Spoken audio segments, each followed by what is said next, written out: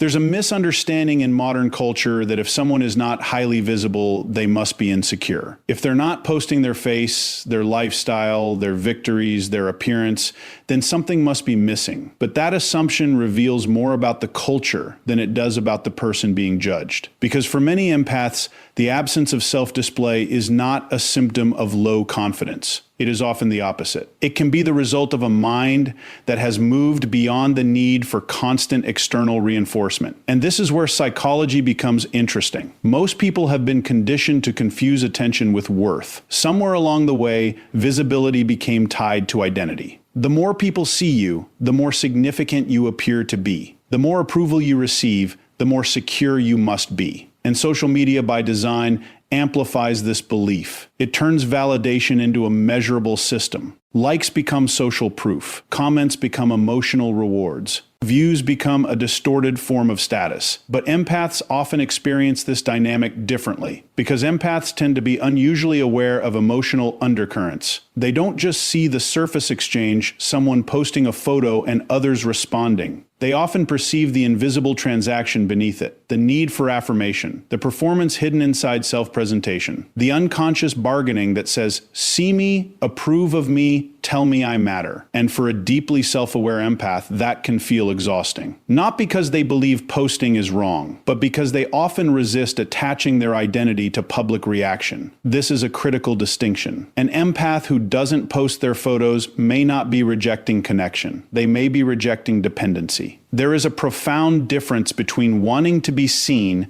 and needing to be validated.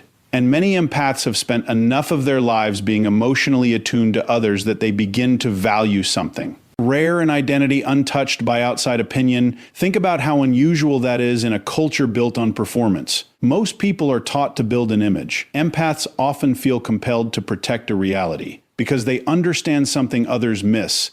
The more identity becomes fused with public approval, the easier it is to lose yourself. Once your sense of worth depends on response, you become vulnerable to emotional outsourcing. Your confidence rises and falls based on who notices you. Your peace becomes negotiable. Your self-image becomes partly owned by strangers. And empaths, especially mature empaths, often sense the danger in that.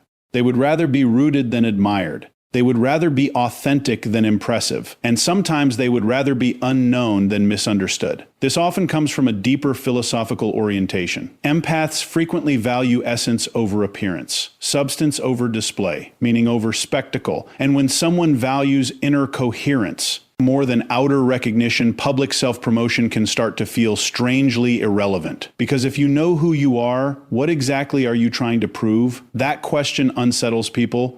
Because much of modern behavior is built on proving attractiveness, proving success, proving happiness, proving relevance. But empaths often begin stepping away from systems that require constant proof, not out of superiority, out of liberation. They stop performing identity and start inhabiting it. And that changes everything. You'll notice many emotionally intelligent people become increasingly private as they grow. That's not withdrawal. That's refinement. They realize not every truth needs broadcasting. Not every moment needs witnesses. Not every part of the self belongs in public. And perhaps most importantly, not all value increases when exposed. Some things deepen in privacy. Peace deepens in privacy. Self-trust deepens in privacy. Clarity deepens in privacy. And empaths often understand this intuitively. There's another layer most people overlook. Many empaths are highly sensitive to comparison culture. Not because they are intimidated by others, but because they recognize how destructive comparison is to the human psyche. They see what happens when identity becomes a competition, when people begin curating life instead of living it, when self-worth gets trapped in a cycle of measuring, performing, and chasing emotional rewards. And many empaths quietly opt out. That is not passivity. That is psychological independence. It is the refusal to let technology dictate self-perception. It is the refusal to turn identity into a product. And in a world increasingly obsessed with being witnessed, there is extraordinary power in becoming self-defined. That power is often misunderstood. Silence gets mistaken for insecurity. Privacy gets mistaken for weakness. Restraint gets mistaken for absence. But some of the most secure people in the world have no interest in constant visibility, because they are no longer hungry for what attention feeds. They have found nourishment elsewhere, in purpose, in inner peace, in real relationships, in self-respect, and that is something algorithms cannot measure. In fact, one of the strongest signs of inner stability is the ability to exist without announcing yourself, to know your worth without displaying it, to possess depth without packaging it, to remain whole without applause. That is not social detachment. That is freedom. And for many empaths, not posting their photos is a quiet expression of that freedom, a silent declaration that identity is not a performance. That worth does not require witnesses. That presence is not diminished by privacy. And maybe this is what unsettles others most. Because when someone no longer needs validation, they become difficult to control. They cannot be manipulated by approval. They cannot be easily drawn into comparison. They cannot be seduced by superficial recognition. And that kind of psychological sovereignty is rare, but it is real, and many empaths live it quietly, not because they are hiding, because they have stopped confusing visibility with value. And that may be one of the most radical acts of self-possession in the modern world, because the moment you stop asking the world to confirm your worth is the moment you begin to fully own it. Once you understand that many empaths don't avoid visibility because they lack confidence, the next question becomes far more interesting. Why do so many of them actively protect their privacy? And this is where most people miss the deeper psychology, because privacy for an empath is often not about hiding. It's about protection. Highly sensitive people tend to experience exposure differently than others. What feels casual to one person can feel invasive to an empath. What seems like harmless sharing to most can feel, to a deeply perceptive mind, like opening a door that may be difficult to close. Empaths often don't just think in terms of information. They think in terms of energy. And whether you interpret that psychologically, emotionally, or philosophically, the pattern remains the same. They are acutely aware that when you reveal yourself, you invite interpretation. And interpretation is never neutral. The moment an image is posted, it does not remain yours alone. It enters the perceptions, projections, judgments, envy, admiration, resentment, assumptions, and unconscious narratives of other people. Most people overlook this. Empaths often feel it immediately, and this sensitivity changes how they relate to self-disclosure, because they understand something subtle but profound. Not everyone looking at you is looking at you with clean intentions. Some observe with comparison. Some observe with envy. Some observe with hidden hostility. Some observe searching for weakness. And some perhaps most dangerously observe looking for access. Empaths, particularly those who have been manipulated, betrayed, or emotionally exploited in the past, often become highly aware of this.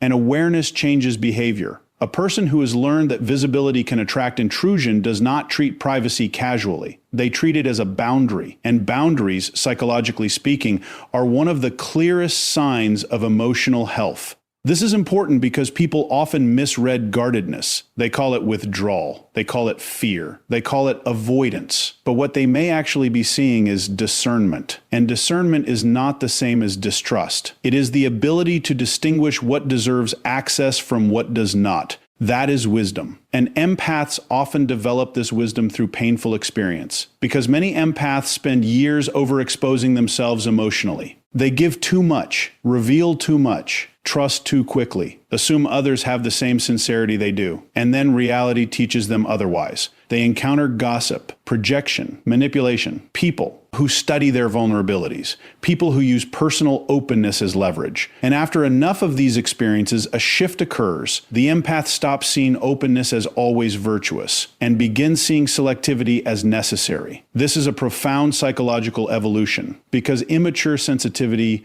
often leaks, mature sensitivity protects. And that protection often looks like privacy. Sometimes it looks like not posting personal photos. Sometimes it looks like keeping important moments off public platforms. Sometimes it looks like refusing to let strangers have effortless access to the intimate details of your existence. Not because you fear being seen, because you have become intentional about who gets to see you. There is enormous power in that, especially in a culture that treats exposure as normal. We live in a time where oversharing is often framed as authenticity, but authenticity without boundaries is not authenticity. It is vulnerability without discernment. And empaths, When they mature, begin understanding the difference. They recognize that not every observer deserves entry into their inner or outer world. That realization changes everything, because once privacy becomes a form of self-respect, silence stops feeling empty. It starts feeling sovereign. And there is another layer here most people never consider. Empaths are often deeply aware of emotional residue,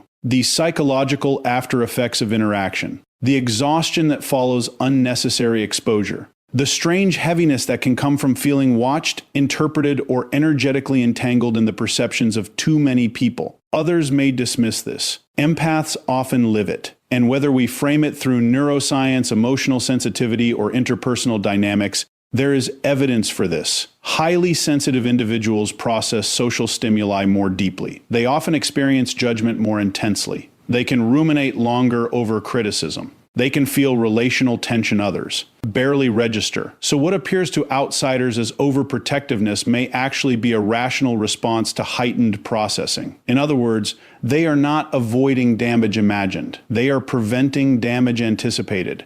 That is not weakness. That is psychological intelligence. And the strongest people often understand prevention better than reaction. They don't wait to repair repeated harm. They structure life to reduce unnecessary harm in the first place. That is what boundaries do. That is what privacy does. And this is why many empaths do not confuse accessibility with kindness. They do not believe being open to everyone is a virtue. They understand that unrestricted access invites chaos. And chaos has a way of draining the sensitive, so they become selective, deliberately, quietly, sometimes invisibly, and others misread that as distance. But often, it is discipline, because privacy is not always about keeping others out. Sometimes it is about keeping yourself intact. That may be the deeper truth. To protect your peace is not selfish. To limit unnecessary exposure is not paranoia. To decide that some parts of your life remain sacred is not antisocial. It is self-governance. And psychologically, self-governance is one of the highest forms of maturity. The person who can decide what to reveal, what to withhold, who receives access, and where their emotional boundaries begin, that person is not hiding. That person is conscious. And consciousness always looks strange to people operating unconsciously. That is why empaths are often misunderstood. Their restraint is mistaken for insecurity. Their privacy is mistaken for secrecy. Their boundaries are mistaken for walls. But walls isolate, boundaries preserve, and knowing the difference can transform a life. Because the truth is, every empath eventually faces this decision. Will I keep making myself endlessly accessible to prove I am open, or will I protect what is valuable because I know it matters? That is not. They don't a small choice. That is the difference between emotional depletion and emotional sovereignty. And perhaps the deepest lesson here is this.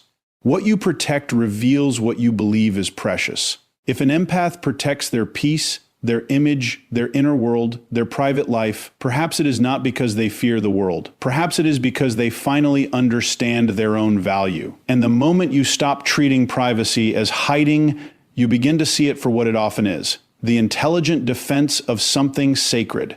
Once you understand that many empaths are not avoiding visibility and they are not merely protecting privacy, a deeper pattern starts to emerge. For many of them, the decision not to constantly post their lives is tied to something even more fundamental. They are often more interested in experiencing life than performing it. And that distinction may be one of the great psychological divides of our time. Because modern culture has quietly trained people to confuse documentation with participation, to believe that if a moment is not shared, it somehow matters less, that if an experience is not displayed, it is incomplete, that if others do not witness it, it loses significance. But empaths often resist this logic instinctively, because they tend to relate to life through presence, not performance. And those are radically different ways of existing. Performance asks, how will this appear? Presence asks, how fully am I living this? Performance turns moments outward. Presence turns awareness inward. And empaths often feel the tension between those two modes very strongly, because the moment you begin curating an experience for observation,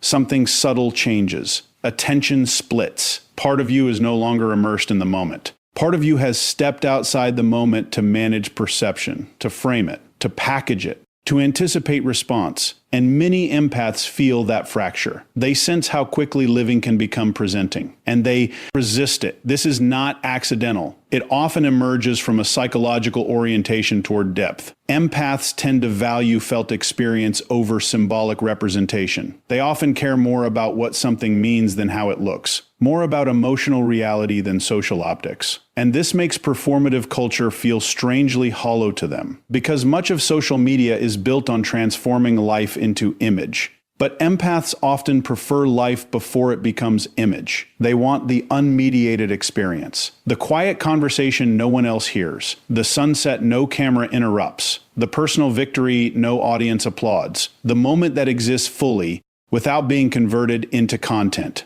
And there is something profoundly philosophical in that, because it raises a question most people never ask: at what point does documenting life begin interfering with living it? That question matters, because once identity becomes tied to display, experience can become instrumental. Moments stop being lived for their own sake. They start being collected for presentation. And when that happens, something essential can be lost: the sacredness of immediacy, the intimacy of presence, the fullness of undivided attention. Empaths often guard those things fiercely, because they understand, consciously or intuitively, that attention is life. Where attention goes, existence is shaped. And if attention is constantly redirected toward self-presentation, something deeper can erode: inner stillness, authenticity, contact with reality as it is rather than as it appears. This is why many empaths reject the pressure to turn personal existence into ongoing public performance. Not because they are detached from the world, because they are trying to stay connected to what is real, and in many ways that is increasingly rare. There is another psychological dimension here that deserves attention. Empaths are often deeply uncomfortable with self-objectification, with reducing the self into something to be consumed, something to be evaluated, something arranged for approval.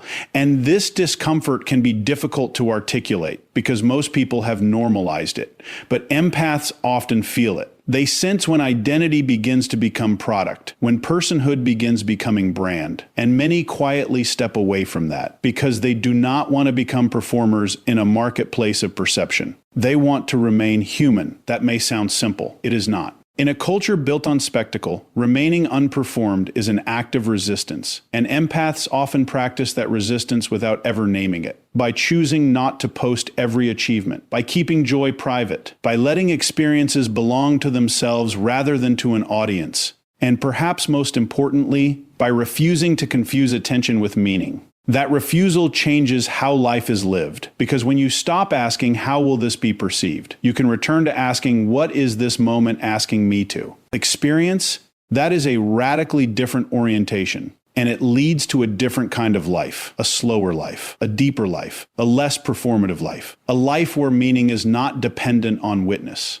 And many empaths are drawn to that, even if they cannot fully explain why. They simply know constant performance drains them. It feels false, fragmented, emotionally expensive, so they step out of it, quietly, deliberately. And others sometimes misread this. They assume the empath is disengaged, detached, socially absent. But often the opposite is true. The empath may be more engaged with reality than those documenting it, because they are not dividing themselves between experience and projection. They are simply there, present. And present, psychologically speaking, is one of the rarest and most powerful human capacities. Presence sharpens perception, deepens relationships, strengthens intuition, restores peace. And empaths often prioritize it over visibility. That is not avoidance. That is value alignment. It is choosing being over appearing, and that may be one of the most profound choices a person can make. Because eventually, everyone faces a question the digital world keeps trying to answer for them. Is your life something to be lived or something to be displayed? Most never pause long enough to consider the difference. Empaths often do. And that pause changes them. It makes them more selective, more inwardly anchored, less impressed by spectacle, less willing to trade depth for attention. And in many cases, that is exactly why they do not feel compelled to post themselves constantly. Because they are busy inhabiting a life, not curating one. And maybe this is what the world needs to remember. Not every meaningful life is highly visible. Not every fulfilled person is highly displayed. Not every powerful presence seeks recognition. Some of the deepest people you will ever meet are not performing themselves at all. They are simply living, fully, quietly, real. And there is extraordinary strength in that, because in an age where nearly everyone is being pulled toward performance, the person who remains present becomes revolutionary. The person who refuses to turn every moment into evidence becomes free. And the person who lives for the depth of experience rather than the optics of experience may be the one who understands life most clearly. Because what you refuse to perform may be what you have finally learned to truly possess. And once you understand that many empaths do not avoid posting because they lack confidence that they protect privacy as a boundary, and that they often choose presence over performance, a final layer reveals itself, one that is often the most misunderstood of all. Sometimes what looks like withdrawal is actually self-respect. And this is where the psychology becomes even deeper, because there are empaths who were once open, very open, people who shared freely, trusted easily, posted more, explained themselves often, made themselves emotionally and personally accessible, and then life taught them something, not through theory, through pain, through betrayal, through manipulation, through being misunderstood in moments they were sincere, through discovering that visibility can attract not only admiration, but projection. Not only connection, but exploitation. And when that realization lands deeply enough, something changes. The empath becomes more discerning. But from the outside, discernment often looks like distance. And that is where people get it wrong. Because they assume the person became cold, guarded, detached. But often what actually happened is far more sophisticated. The person developed standards. And standards, especially after pain, are often the architecture of self-respect. This matters because many people interpret reduced openness as damage. But sometimes reduced openness is wisdom. Sometimes the person posting less, revealing less, exposing less has not become wounded. They have become awake. They have recognized a hard truth. Not everyone who gains access to you deserves access to you. That realization changes behavior, and it should, because maturity is not remaining equally open after every betrayal. Maturity is adjusting what you permit. And empaths often do this in powerful but quiet ways. They stop over-explaining themselves to people committed to misunderstanding them. They stop offering emotional transparency to people who weaponize vulnerability. They stop making themselves easily readable to those who study openness for leverage. And yes, sometimes they stop posting personal photos, not because they fear being seen, because they have learned the cost of being casually exposed. There is enormous psychological intelligence in that, because self-respect often begins the moment you stop offering yourself where you are repeatedly mishandled. That is not bitterness. That is evolution. And many empaths evolve precisely because they have been hurt. Pain, when integrated, sharpens perception. It reveals patterns. It exposes false intimacy. It teaches the difference between attention and care, between curiosity and concern, between people who celebrate your light and people who quietly resent it. Empaths often learn these distinctions late, but once learned, they are not easily forgotten. And this is where many people misinterpret the empath who has grown quieter. They see less sharing and assume insecurity. They see less visibility and assume withdrawal. But they may actually be witnessing someone who has stopped confusing access with connection. Someone who has stopped believing openness must be unconditional. Someone who has begun treating their presence as something valuable. And valuable things are not scattered carelessly. They are protected. This is a profound shift. Because early in life, many empaths believe love means unlimited availability, unlimited understanding, unlimited emotional access. But eventually, if they mature, they discover something more balanced. Love without boundaries invites exploitation. Compassion without discernment invites depletion. Openness without standards invites misuse. And once this becomes clear, the empath often changes dramatically, not in essence, in structure. Their heart may remain open, but the gates become intelligent, and that intelligence can look like silence, privacy, reduced exposure, even strategic invisibility. But none of that necessarily reflects fear. Sometimes it reflects mastery, because one of the highest forms of self-respect is no longer making yourself easy to consume, no longer placing your identity in spaces that reduce it,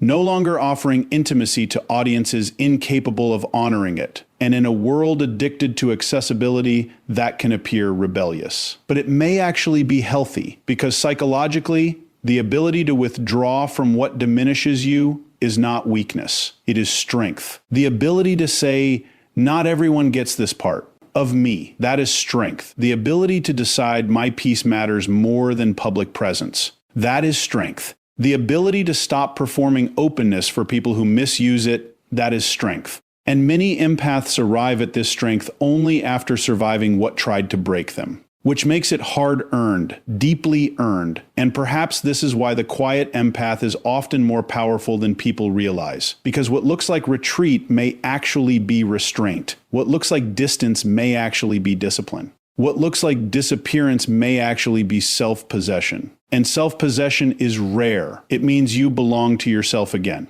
Not to public opinion, not to outside projections, not to the expectations of people demanding access, to yourself. That is a profound recovery, and it often begins when an empath stops asking, how can I be more acceptable? And starts asking, what deserves access to me at all? That question changes everything. Because once your life is organized around what deserves access rather than who demands it, you become much harder to manipulate, much harder to drain, much harder to define from the outside. And that is where inner power begins, not in domination, in discernment, not in withdrawal, in refusal to be misused. And maybe that is the deeper truth hidden beneath the empath who no longer posts the way they once did. Maybe you are not witnessing someone who has become smaller. Maybe you are witnessing someone who has stopped making themselves available to what makes them small. That is not collapse. That is self-respect taking form. And in many cases, it is the beginning of real freedom. Because the moment you stop treating reduced access as loss, you begin seeing it as what it may actually be. The quiet boundary where dignity begins. And never forget this, the people who reveal the least are not always hiding. Sometimes they have simply learned that what is sacred loses power when offered to everyone.